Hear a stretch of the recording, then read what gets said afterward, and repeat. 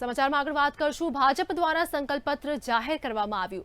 કોંગ્રેસના આલોક શર્માએ ભાજપ પર આકરા પ્રહાર કર્યા છે, તો ભાજપના સંકલ્પપત્રને લઈને આક્ષેપો પણ કર્યા છે।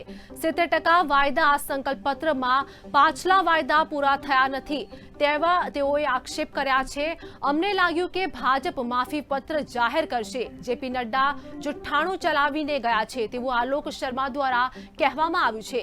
આ એક ધોખાપત્ર ભાજપ દ્વારા જાહેર કરવામાં આવ્યું છે। આમ આલોક શર્માએ આકરા પ્રહાર ભાજપા પર કર્યા છે।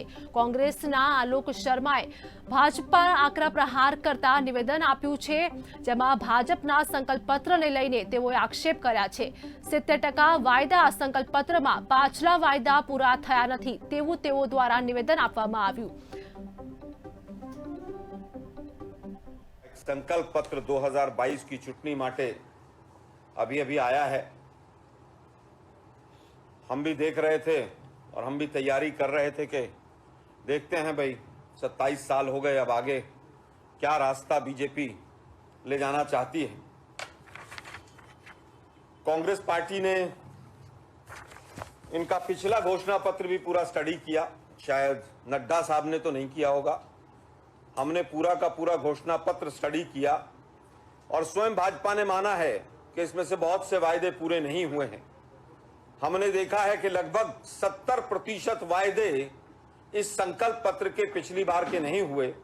उम्मीद कर रहे थे शायद कोई माफी पत्र आएगा, लेकिन माफी पत्र ना आकर एक और धोखा पत्र आ गया।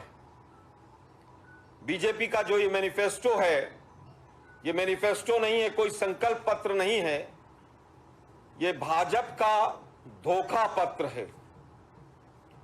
अब आप सोच रहे होंगे धोखा पत्र क्यों है? मैं तो कह रहा हूं धोखा पत्र के साथ साथ ये झूठा पत्र भी है कि इसमें जिस तरह से बड़े बड़े झूठ बोले गए हैं उसका पूरा पुलिंदा है इसके अंदर। हम पूछना चाहते हैं मोदी साहब, आप तो कहते थे कि देश में रेवड़ी कल्चर नहीं होना चाहिए, और ये आपका जो आज का मैनिफेस्टो आया है, इतना लंबा चौड़ा जो डॉक्यूमेंट आपने गुमराह करने के लिए बना दिया है, ये तो पूरा का पूरा रेवड़ी पत्र है। रेवड़ी बांट के आपको वोट इकट्ठी करनी पड़ रही। कांग्रेस पार्टी इनको रेवड़ी नहीं मानती। कांग्रेस पार्टी कहती है संविधान के अनुसार पिछड़ों को आगे लाना चाहिए। लेकिन मोदी साहब आप क्लैरिफाई करें और भाजपा के तमाम प्रवक्ता क्लैरिफाई करें कि स्कूटी देना, साइकिल देना, फ्री ट्रेवल करना और 2 सिलेंडर फ्री देना, ये सब रेवड़ी कल्चर में है कि नहीं। हमने इनका पिछला घोषणा पत्र देखा, खैर पुराने झूठे हैं, कुछ भी बोल देते हैं।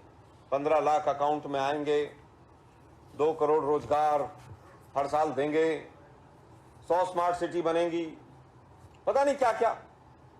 मैं केवल गुजरात तक सीमित रहना चाहता हूं। पिछले घोषणा पत्र में इंटरनेशनल लेवल की यूनिवर्सिटी बनेगी, सरकार बनाएगी।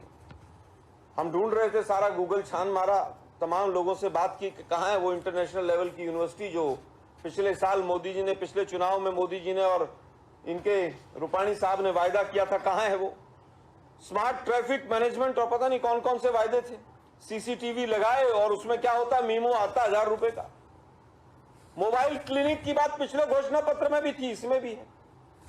लगभग 50% घोषणा पत्र तो पिछला ही है, कहीं पर कोई बिंदु इन्होंने नहीं लिया। झूठ और बोलकर चले गए। नड्डा साहब, आपको झूठ बोलने की आदत बहुत है। आप कहते हैं कि हम एक्सपोर्ट ग्रोथ रेट में सबसे ऊपर हैं।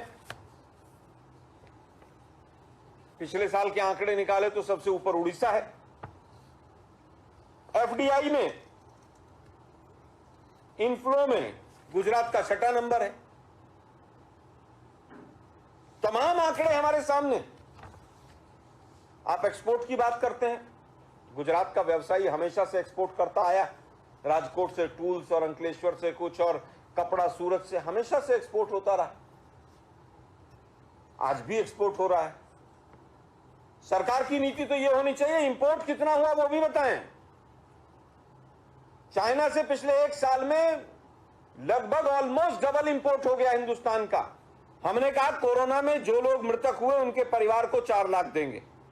आपने कोरोना का जिक्र तक नहीं किया। इतनी बड़ी त्रासदी हुई, आपने उसका जिक्र तक नहीं किया कि उसके बारे में कहीं पर कोई हम मरहम लगाएंगे लोगों के जख्मों पर। हमने कहा निःशुल्क दवाइयां देंगे हम। आपने दवाइयों के बारे में, निःशुल्क दवाइयों के बारे में कोई शब्द नहीं बोला।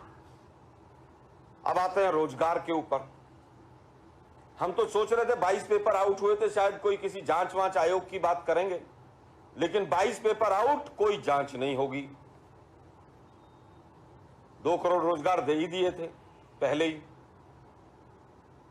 इन्होंने इस बार कहा 20 लाख रोजगार देंगे हम 5 साल में, लेकिन सरकारी नहीं देंगे। 20 लाख देंगे, वो किसके होंगे, कहां के होंगे, कैसे होंगे, कोई उसमें वो नहीं है, चाहे वो मनरेगा के होंगे। इसलिए मैं कह रहा हूं धोखा पत्र है।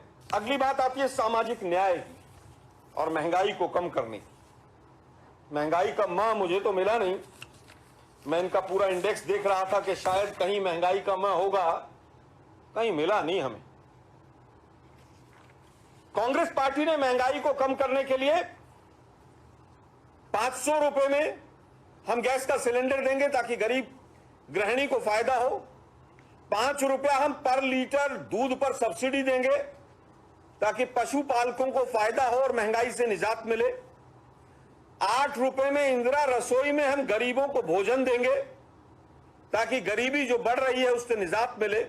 और 300 यूनिट बिजली हम फ्री देंगे ताकि गरीबी से लड़ाई लड़ी जा सके, जो कि भाजपा की बहुत बड़ी देन है पिछले 5 वर्षों की। हमने महंगाई को कैसे कम किया जाएगा उसका एक रूट रखा है, उसके कदम रखे। जबकि दूसरी तरफ भाजपा सरकार महंगाई का मां बोलने को भी तैयार नहीं था। एक संकल्प पत्र 2022